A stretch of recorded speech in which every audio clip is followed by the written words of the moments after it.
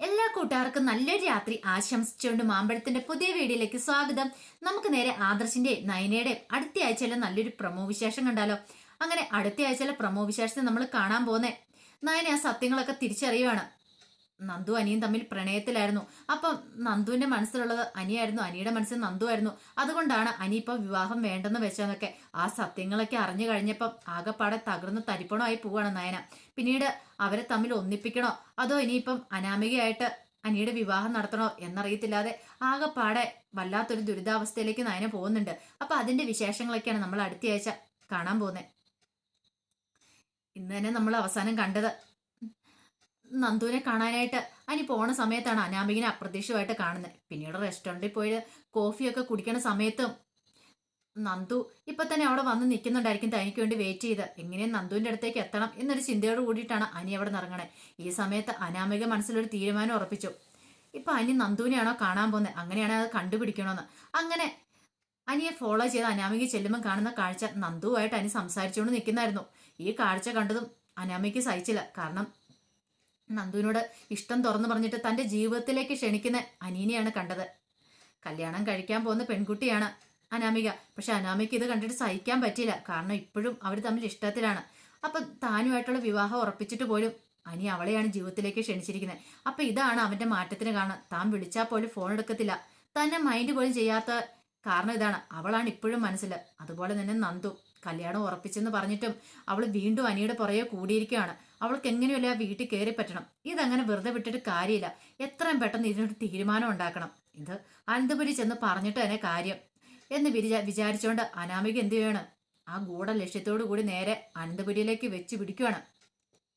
അങ്ങനെ അനന്തപുരിയിലേക്ക് ചെല്ലുന്ന സമയത്ത് കനക അവിടെ ഉണ്ടായിരുന്നു. അങ്ങനെ അനാമികനെ കണ്ടതും കനയ്ക്ക് വല്ലാത്തൊരു ടെൻഷൻ തോന്നി. എന്തിനാ പോലും ഇപ്പൊ ഇങ്ങോട്ട് വന്ന അനാമിക. അനാമികയോട് ചെന്താ മോളെ പതിവില്ല, കാരണം കല്യാണം നടക്കാൻ പോകുന്നുള്ളൂ. അതിനു മുമ്പ് ഇവിടെ ഒറ്റയ്ക്ക് ഇങ്ങോട്ട് കയറി പറഞ്ഞെങ്കിൽ അതിന് തക്കതായ ഒരു കാരണമില്ലാതെ കയറി വരത്തില്ല.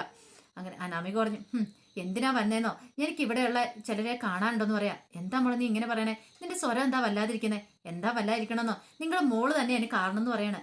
എന്റെ മോൾ ആരെന്നാന്തോ, അതേന്നോ നിങ്ങളുടെ മോൾ, ഞാൻ പലവട്ടം ഞാൻ പറഞ്ഞ അവളെ എൻ്റെ അനിയുടെ ജീവിതത്തിലേക്ക് കൊണ്ടുവരില്ലെന്ന് ഞാൻ പറഞ്ഞല്ലേ നിങ്ങളോട്, അവളുടെ കാര്യങ്ങളൊക്കെ പറഞ്ഞ് മനസ്സിലാക്കണമെന്ന്. എന്നിട്ടോ ഇപ്പൊ തന്നെ കണ്ടോ, അവളാണെങ്കിൽ അനിയുടെ പുറയിൽ നിന്ന് മാറുന്നില്ലെന്ന് പറയാം.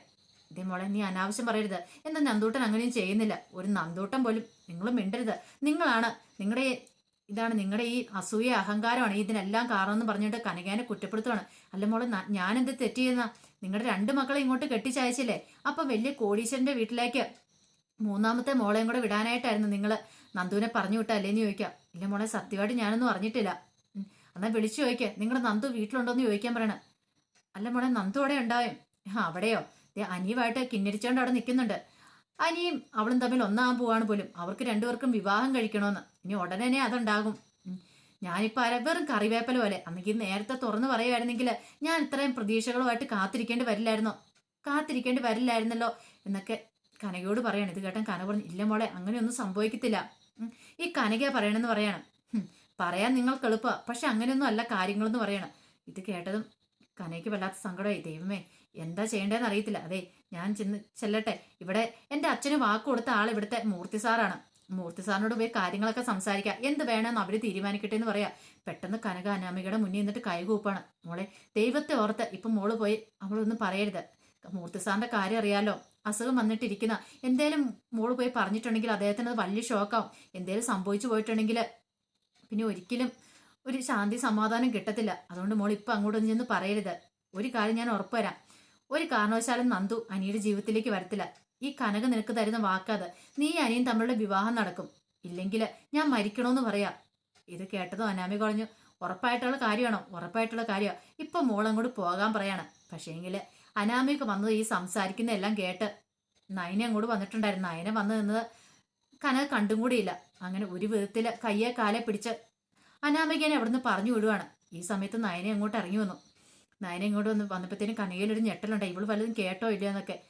നയന വന്നിട്ട് ചോദിച്ചു, അപ്പൊ അമ്മയ്ക്ക് ഒന്നും അറിയത്തില്ലായിരുന്നു, അമ്മേനോട് കള്ളം പറയായിരുന്നല്ലേ എന്ന് ചോദിക്കുവാണ്. പെട്ടെന്ന് കനക എന്താ മോളെ എന്താന്ന് ചോദിക്കുവാണ്. സത്യം പറമ്മേ, നന്ദുവിന്റെ മനസ്സിൽ അനിയല്ലേന്ന് ചോദിക്കുവാണ്. ഇത് കേട്ടതും കനക ഒന്ന് ഞെട്ടിത്തിരിച്ചു. അപ്പൊ ഇവളെല്ലാം കേട്ടിരിക്കുന്നു. ഞാൻ എല്ലാം കേട്ടു. അനാമിക വന്ന് പറഞ്ഞ എല്ലാ കാര്യങ്ങളും കേട്ടു. അപ്പൊ ഇതായിരുന്നില്ലേ കാരണം? അനിയുടെ മനസ്സിൽ നന്ദു ആയിരുന്നില്ലേ? അതുകൊണ്ടാണ് അവന് വിവാഹമേ വേണ്ടെന്ന് പറഞ്ഞുകൊണ്ടിരുന്നല്ലേ? എന്നാലും അമ്മയ്ക്ക് എങ്ങനെ ഇത് എന്നിന്ന് മറച്ചു വെക്കാൻ തോന്നി? ഞാൻ അമ്മയോട് പലവട്ടം ചോദിച്ചല്ലമ്മേ, എന്നിട്ട് പോലും അമ്മ ഒരു വാക്ക് പോലും പറഞ്ഞില്ലോ എന്ന് പറയാ. അല്ല മോളെ, അത് ഞാൻ അമ്മ കൂടുതലൊന്നും പറയണ്ട. എപ്പോഴാമ്മ അവർ തമ്മിൽ ഇങ്ങനെ ഇഷ്ടത്തിലായത്? അമ്മ എന്നിട്ട് എന്താ എന്നോടൊന്നും പറയായിരുന്നേ?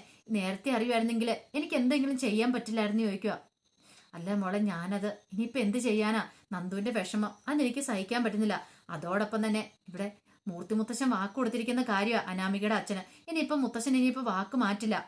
ഒരു പക്ഷേങ്കില് അവർ തമ്മിൽ എന്തെങ്കിലും തീരുമാനം എടുത്തിട്ടുണ്ടെങ്കിൽ കല്യാണത്തിന് മുമ്പെങ്കിലും ഒളിച്ചോടുകയോ വിവാഹം കഴിക്കുകയോ ചെയ്താൽ അതോടുകൂടി ഈ കുടുംബത്തിന്റെ കാര്യത്തിലൊരു തീരുമാനമോ അറിയാലോ. മുത്തശ്ശൻ എന്തെങ്കിലും സംഭവിച്ചിട്ടുണ്ടെങ്കിൽ അത് ആർക്കും, ഈ കുടുംബത്തിൽ ആർക്കും പൊറുക്കാൻ പറ്റുന്ന കാര്യമില്ല. പിന്നെ എൻ്റെ ചേച്ചിയുടെ ജീവിതം കൂടെ തകർന്നു പോന്നെ. അമ്മ അതിനെക്കുറിച്ചൊന്നും ചിന്തിച്ചില്ലെന്ന് ചോദിക്കാം. എനിക്കറിയാം മോളെ, പക്ഷെ എന്ത് ചെയ്യാനാ? എനിക്ക് എന്ത് ചെയ്യേണ്ടതെന്ന് അറിയില്ല എന്ന് പറയണം. ഈ സമയം നയന പറഞ്ഞു, ഞാൻ നന്ദുവിനെ ഒന്ന് കാണട്ടെ, നന്ദുവിനെ കണ്ടിട്ട് എനിക്ക് സംസാരിക്കണമെന്ന് പറയാം. കനക പറഞ്ഞു, മോളെ അമ്മയൊന്നും മിണ്ടണ്ട, ഞാൻ പോയി സംസാരിക്കാന്ന് പറയാ. പിന്നീട് നയന നന്ദുവിനെ വിളിച്ചിട്ട് പറഞ്ഞു, എനിക്ക് നിന്നെ അത്യാവശ്യമായിട്ടൊന്ന് കാണണമെന്ന് പറയാണ്. പറഞ്ഞു, വീട്ടിലേക്ക് വരുന്നില്ല, നീ പുറത്തേക്ക് വന്നാൽ മതി എന്ന് പറയണം. അങ്ങനെ നയന് നേരെ പുറത്തേക്ക് പോവാണ്, നന്ദുവിനെ കാണാനായിട്ട് അങ്ങോട്ട് പോവാണ്. അങ്ങനെ നന്ദു വന്നു ചേച്ചിയുടെ മുഖം കണ്ടപ്പോൾ തന്നെ നന്ദുവിന് മനസ്സിലായി എന്തോ കാര്യമായിട്ടൊരു പ്രശ്നമുണ്ടെന്ന്. അങ്ങനെ വന്നപ്പോൾ തന്നെ നയന ചോദിച്ചു, അനിയായിട്ടുള്ള ഈ പ്രണയം തുടങ്ങിയിട്ട് എത്ര കാലമായെന്ന് ചോദിക്കുകയാണ്. ഇത് കേട്ട് ഒരു നിമിഷം ഒരു ഞെട്ടുണ്ടായി. നന്ദു, നീ എന്തിനാ മറച്ചു വെച്ചതൊക്കെ? അനിത എന്ന് പറഞ്ഞ് രാത്രി ഒരു ഫോൺ കോൾ വന്നപ്പോൾ നിന്നോട് ഞാൻ ചോദിച്ചാ അതാരാന്ന്. അപ്പൊ നീ പറഞ്ഞ നിന്റെ ഒരു ഫ്രണ്ടാന്നാ പറഞ്ഞേ. എന്നിട്ട് പോലും നീ എന്നെ സത്യം മറച്ചു വെച്ചു. നീ എന്നു മുതലാ നന്ദു എന്നിൽ നിങ്ങനെ ഒളിക്കാൻ തുടങ്ങിയത്? ഒരു ചെറിയ കാര്യം ഉണ്ടേ പോലും നീ എന്നോട് തുറന്നു പറയുന്നതല്ലേ? നീ ഞാനും അങ്ങനെയല്ലായിരുന്നോ? പക്ഷെ ഇത്രയും വലിയൊരു കാര്യം ഉണ്ടായിട്ടും നിനക്ക് എങ്ങനെ ഇത് മറച്ചു വെക്കാൻ തോന്നി? ഇത് കേട്ടതും നയനെ കെട്ടിപ്പിടിച്ച് നന്ദു പൊട്ടിക്കരയുവാണ്. നയനെ ഒരിക്കലും പ്രതീക്ഷിച്ച കാര്യമില്ല. നന്ദു പറഞ്ഞു, എനിക്കറിയില്ല ചേച്ചി, എനിക്ക് ശരിക്കും അവന് ഇഷ്ടമാണെന്ന് മനസ്സിൽ തോന്നുന്ന പോലും അവന്റെ കല്യാണം എന്ന് അറിഞ്ഞ ശേഷമാണ്. അനാമികയുമായിട്ട് അവന് അടുപ്പമൊന്നും ഉണ്ടായിരുന്നില്ല. ശരിക്കും പറഞ്ഞിട്ടുണ്ടെങ്കിൽ അതൊരു ഫ്രണ്ട് എന്നുള്ള രീതിയിലായിരുന്നു അവരുടെ ബന്ധം തുടങ്ങിയത്. പിന്നെ ഞാൻ ഇടയ്ക്ക് അവനോട് ഞാൻ അവളുടെ പേര് പറഞ്ഞ് കളിയാക്കുകയും ചെയ്യായിരുന്നു. പക്ഷെ അന്നൊന്നും ഞാൻ ഒരിക്കലും പ്രതീക്ഷിച്ചില്ല എനിക്ക് അനിയെ ഇഷ്ടമെന്നൊക്കെ. പക്ഷേ എങ്കിൽ ഇഷ്ടമെന്ന് തിരിച്ചറിഞ്ഞു കഴിഞ്ഞപ്പോഴത്തേനും അവന്റെ വിവാഹം ഉറപ്പിച്ചിരുന്നു ചേച്ചി. പക്ഷെ ഞാൻ ഇഷ്ടമാണെന്ന് പോലും വന്നിട്ട് ഞാൻ തുറന്നു പറഞ്ഞില്ല. പക്ഷെ അവന് എന്നെ ഇഷ്ടമായിരുന്നു. പിന്നീട് ആ കാര്യങ്ങളെല്ലാം പറയുകയാണ്. എല്ലാം കേട്ട് കഴിഞ്ഞപ്പോൾ നയന പറഞ്ഞു, ഇനിയിപ്പോൾ ഒന്നും ചെയ്യാൻ പറ്റില്ല മോളെ, എനിക്കറിയാം ചേച്ചി, ഒന്നും ചെയ്യാൻ പറ്റില്ലെന്ന്. പക്ഷെ എനിക്കറിയില്ല, ഓരോ ദിവസം ചെല്ലുന്തോറും എൻ്റെ മനസ്സിലേക്ക് അനി പൂർവാധി ശക്തിയോടെ ഇങ്ങനെ വന്നുകൊണ്ടിരിക്കുക. മറക്കണമെന്ന് ഞാൻ ആഗ്രഹിക്കും തോറും എൻ്റെ മനസ്സിലേക്ക് അവൻ്റെ മുഖം ഇങ്ങനെ വന്നുകൊണ്ടിരിക്കുക. എനിക്കറിയാം ഞാൻ ചെയ്യുന്ന തെറ്റാന്ന്. ഞാൻ മാക്സിമം ഒഴിഞ്ഞു മാറാൻ ശ്രമിക്കുന്നുണ്ട്. പക്ഷെ അവ സമ്മതിക്കുന്നില്ല എന്ന് പറയാം. ഇത് കേട്ടെന്ന് നയന പറഞ്ഞു, മോളെ നീ ഇനി അതിനെക്കുറിച്ചൊന്നും ചിന്തിക്കേണ്ട, അനിയെക്കുറിച്ചേ ചിന്തിക്കേണ്ട. പറഞ്ഞു കേട്ടല്ലോ, അവിടുത്തെ കാര്യങ്ങളൊക്കെ അറിയാലോ. നിന്റെ ജീവിതമൊക്കെ നല്ല രീതിയിൽ പോകണമെന്ന് ഞാൻ ആഗ്രഹിക്കുന്നുണ്ട്. നിന്റെ 2 ചേച്ചിമാരുടെ ജീവിതം ഇങ്ങനെയായിപ്പോയി. ഒരു കാരണവശാലും അങ്ങോട്ട് വന്ന് നശിക്കാനുള്ളതല്ല നിന്റെ ജീവിതം.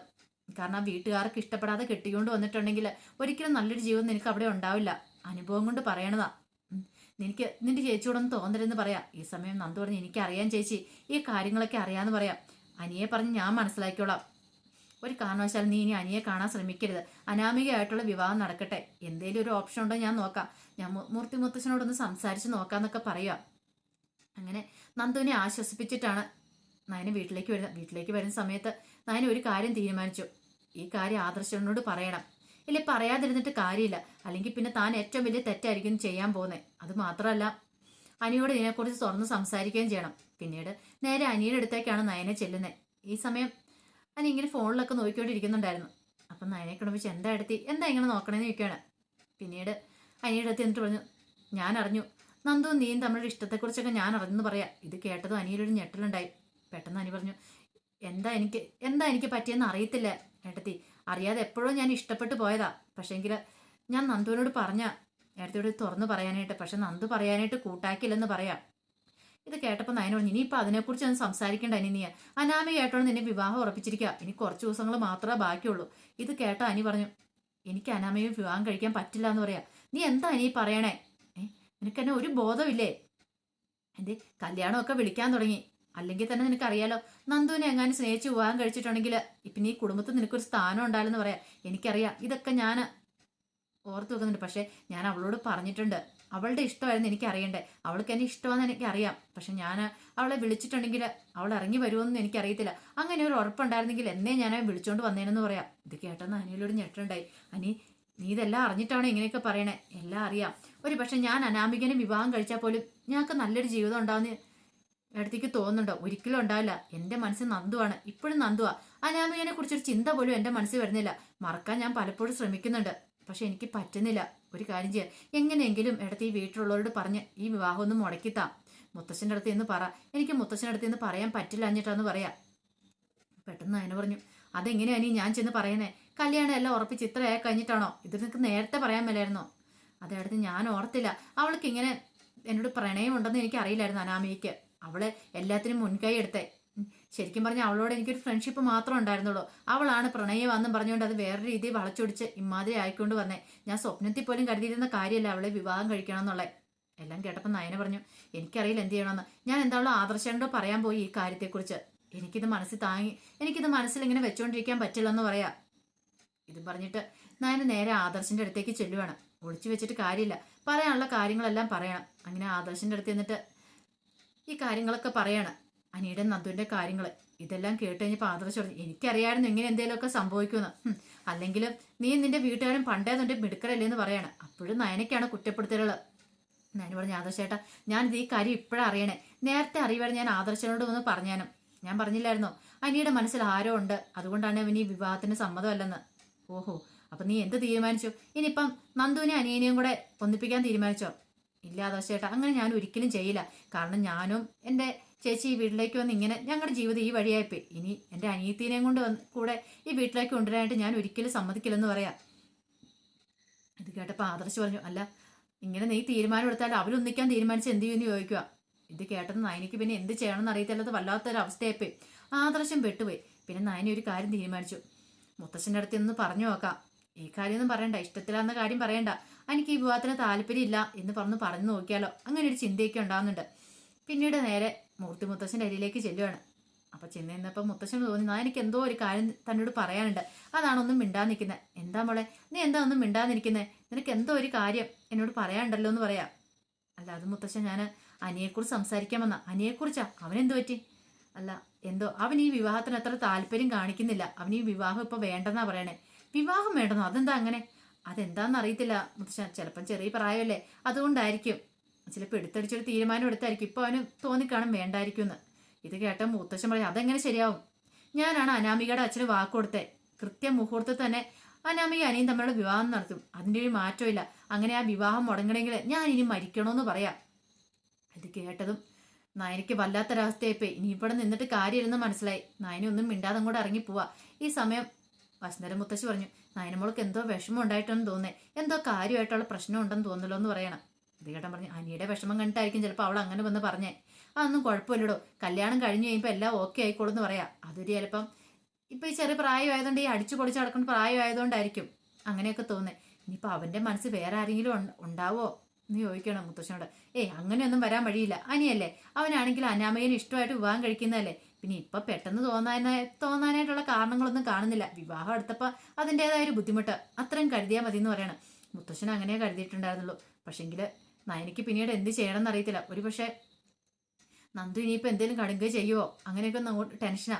മുത്തശ്ശന്റെ കാര്യം പറയുകയും ചെയ്തു. അവസാനം നയന ഒരു തീരുമാനം എടുത്തു. നയന നേരെ ഗോവിന്ദനെ വിളിക്കുകയാണ്. ഗോവിന്ദനെ വിളിച്ചിട്ട് പറഞ്ഞു, അച്ഛാ ഞാൻ പറയുന്ന കാര്യങ്ങളെല്ലാം വ്യക്തമായിട്ട് കേൾക്കണമെന്ന് പറയാം. പിന്നീട് കുറെ കാര്യങ്ങളൊക്കെ പറയുന്നുണ്ട്. അതിന് ശേഷം പറഞ്ഞു, ഒരു കാരണവശാലും ഇനി നന്ദു വീട്ടിൽ നിന്ന് ഇറങ്ങരുത്. നന്ദുവിനെ മുറിക്കാത്തിട്ടും കൂടെ പൂട്ടിയാരെ. കാരണം നന്ദു ഇനി തമ്മിൽ കാണാൻ പാടില്ല എന്ന് പറയാണ്. അവർ തമ്മിൽ ഒരു ഫോൺ വിളി പോലും പാടില്ല. ഫോണും മേടിച്ചു വെച്ചാരെ, മുറിക്കകത്ത് അവളെ ഇട്ടാരെ. അവരുടെ കല്യാണം കഴിഞ്ഞതിന് ശേഷം മാത്രം അവളെ തുറന്നു വിട്ടാൽ മതി എന്ന് പറയാം. ഇത് കേട്ടതും ഗോവിന്ദന് കാര്യങ്ങളുടെ സീരിയസ്നെസ് മനസ്സിലായി. ഗോവിന്ദൻ നേരെ എന്ത് ചെയ്യുവാണ്, അങ്ങോട്ട് ചെന്നിട്ട് നന്ദുവിനെ പിടിച്ച് മുറിയിലേക്ക് ആക്കുവാണ്. മുറിയിലേക്ക് ആക്കിയിട്ട് കഥ അങ്ങ് അടച്ചു. കഥ അങ്ങ് അടച്ചിട്ട് നന്ദുവിന്റെ കാര്യങ്ങളൊക്കെ ചോദിക്കുന്നുണ്ട്. അനിയെ കാണാൻ പോയ കാര്യങ്ങളെല്ലാം ചോദിക്കുകയാണ്. എല്ലാം അവസാനം നന്ദു സംഭവിച്ചു. അവസാനം ഗോവിന്ദൻ തന്നെ പറഞ്ഞു, ഇനിയിപ്പം നിനക്ക് ഇത്ര സ്വാതന്ത്ര്യം തന്നോണ്ടുള്ള കുഴപ്പമില്ലേ, നീ ഇനിയിപ്പോൾ പുറത്തിറങ്ങണ്ട. അനിയെ കാണുന്നോണ്ടാണല്ലോ പ്രശ്നം. അവന്റെ കല്യാണം വരെ നീ ഈ മുറിക്കകത്ത് തന്നെ കിടക്ക്. ഇനി നീ മുറിക്കകത്ത് പുറത്തിറങ്ങണ്ടെന്ന് പറഞ്ഞുകൊണ്ട് നന്ദുവിനെ ആ മുറിക്കകത്താക്കിയിട്ട് കഥ അങ്ങടയ്ക്കുക. നന്ദു എന്ത് ചെയ്യണമെന്ന് അറിയത്തില്ല. വല്ലാത്തൊരവസ്ഥയിൽ ഒറ്റപ്പെട്ട് മുറിക്കകത്തിരിക്കുക. നന്ദുവിന് മനസ്സിലായി ഇനി ഒരിക്കലും തനിക്ക് അനിയനെ കിട്ടാൻ പോകുന്നില്ല. അനിയെന്ന സ്വപ്നം ഇതോടുകൂടി തീർന്നെന്ന്. ഈ സമയം വല്ലാതെ സങ്കടപ്പെട്ടിരിക്കുക കനികയും നയനെ. അവർക്കും അറിയത്തില്ല എന്ത് ചെയ്യണമെന്ന്. കാരണം നന്ദുവിന്റെ വിഷമം അവർക്കറിയാം. പക്ഷെങ്കിൽ ഈ സമയത്ത് അനന്തപുരിക്കാരോടൊപ്പം നിൽക്കാൻ മാത്രമേ നയനയ്ക്കും കനികയ്ക്കും സാധിക്കുണ്ടായിരുന്നുള്ളൂ. കാരണം നന്ദുവിന്റെ വിഷമത്തെക്കാളും പ്രധാനം അവർക്കിപ്പോൾ ഇതാണ്. കാരണം എന്തെങ്കിലും സംഭവിച്ചു പോയിട്ടുണ്ടെങ്കിൽ, കല്യാണം മുടങ്ങിയിട്ടുണ്ടെങ്കിൽ മുത്തശ്ശന്റെ ജീവൻ അപകടത്തിലാവും. മുത്തശ്ശൻ ഒരിക്കലും സമ്മതിക്കുന്ന കാര്യമല്ല. അതുകൊണ്ട് അപ്പൊ അതിന്റെ വിശേഷങ്ങളൊക്കെ നമ്മളിനി അടുത്ത ആഴ്ച കാണാൻ പോകുന്നത്. ഇനിയിപ്പൊ എന്തേലും അത്ഭുതം സംഭവിക്കണേ, ഒന്നെങ്കിൽ മുത്തശ്ശന്റെ മനസ്സ് മാറണം, അല്ലെങ്കിൽ അനി എന്തെങ്കിലും ഉറച്ച തീരുമാനം എടുത്ത് എങ്ങനെയും നന്ദുവിനെ കടത്തിക്കൊണ്ട് പോയി വിവാഹം കഴിക്കണം. അപ്പൊ അതെന്തൊക്കെ സംഭവിക്കുന്ന അറിയത്തില്ല. അപ്പൊ അതിന്റെ വിശേഷങ്ങൾക്കായി നമുക്ക് എല്ലാവർക്കും കാത്തിരിക്കാം കേട്ടോ. നമ്മുടെ എല്ലാവരുടെ ആഗ്രഹം അനിയും നന്ദുവും കൂടെ ഒന്നിക്കണോന്നാ. ഒന്നിക്കോ ഇല്ലേന്ന് അറിയത്തില്ല. അതിന്റെ ഫുൾ വിശേഷം വരുമ്പോ അറിയാം എന്ത് സംഭവിക്കും എന്നൊക്കെയുള്ളത്. അപ്പൊ എല്ലാവർക്കും ഒരിക്കൽ കൂടി നല്ലൊരു രാത്രി ആശംസിച്ചോണ്ട് നിർത്തുന്നു. നന്ദി.